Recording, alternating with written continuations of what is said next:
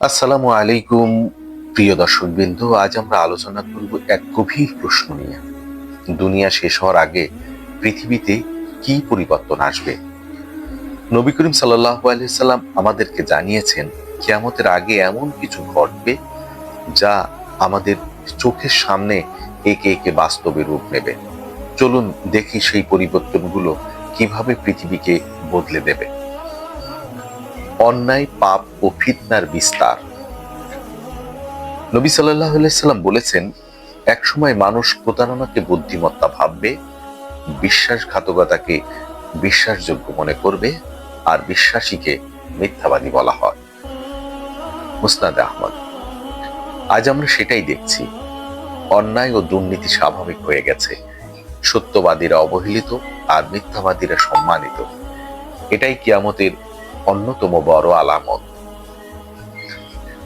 প্রাকৃতিক ভারসাম্য নষ্ট হয়ে যাবে। হাদিসে এসেছে, দুনিয়া শেষের আগে ভূমিকম্প ও প্রাকৃতিক দুর্যোগ বেড়ে যাবে। বুখারী। আজ পৃথিবীর প্রতিটি কোণে আগুন, খরা, বন্যা, ভূমিকম্প, ঝড়, একের পর এক বিপর্যয়। এজন্য আল্লাহর পক্ষ থেকে সতর্ক বার্তা, মানুষ তোমরা ফিরে এসো, সময় খুব কম। মানুষ সম্পদে মাতাল হবে, কিন্তু অন্তরে অশান্তি। রাসূলুল্লাহ সাল্লাল্লাহু আলাইহি ওয়াসাল্লাম বলেছেন, এমন এক সময় আসবে মানুষ ধন সম্পদে ডুবে যাবে, তবু তুষ্ট হবে না। সহিহ মুসলিম। আজ মানুষ বিলাসিতার পিছনে দৌড়াচ্ছে, কিন্তু শান্তি হারিয়ে ফেলছে। এটাই সেই সময় যখন দুনিয়ার চাকচিক্য বাড়বে, কিন্তু অন্তর থেকে নূর হারিয়ে যাবে।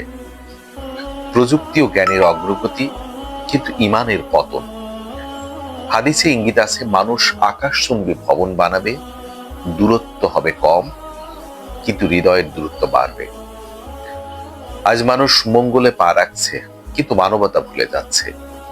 এই প্রযুক্তিগত উন্নতি দুনিয়াকে কিয়ামতের দিকে টেনে নিচ্ছে, যেখানে যন্ত্রের মতো মানুষ বাঁচবে, কিন্তু আত্মা থাকবে নিস্তেজ। পরিবারের বন্ধন দুর্বল হবে। রাসূলুল্লাহ সাল্লাল্লাহু আলাইহি ওয়াসাল্লাম বলেছেন, কিয়ামতের আগে আত্মীয়তার সম্পর্ক ছিন্ন হবে। আহমদ। আজ পরিবারের ভালোবাসা কমে গেছে।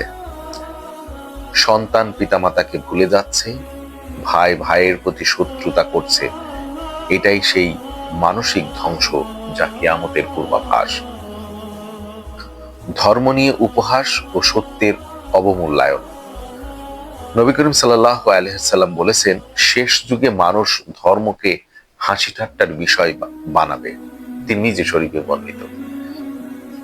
আজ টিকটক, সোশ্যাল মিডিয়া, যেখানে ধর্মের আলোকে মজা করা হয় আর আল্লাহর আদেশকে তুচ্ছ ভাবা হয়, এটাই ঈমান ধ্বংসের যুগ। পৃথিবী অন্ধকারে ঢেকে যাবে। যখন অন্যায়, অবিশ্বাস, দুর্নীতি, ব্যভিচার সবকিছু সীমা অতিক্রম করবে, তখনই আল্লাহর নির্দেশে দুনিয়া ধ্বংস হবে। সূর্য পশ্চিম দিক থেকে উঠবে, আকাশ থেকে ধোঁয়া নেমে আসবে, দাজ্জাল, ইয়াজুজ মাজুজ, ইমাম মাহদীর আগমন হবে। তারপরে বাজবে সেই মহাসিঙ্গা, যার সাথে সাথে শেষ হবে মানব সভ্যতার ইতিহাস। প্রিয় ভাই ও বোনেরা, পৃথিবী ধীরে ধীরে কিয়ামতের পথে হাঁটছে, কিন্তু এখনো আশা আছে। আল্লাহ বলেন, তোমরা তওবা করো, আমি ক্ষমা করব। সূরা জুমার আয়াত 53। চলুন আমরা এখনই নিজেদেরকে বদলাই, যেন সেই পরিবর্তন আমাদের জন্য রহমত হয়ে আসে, অভিশাপ নয়।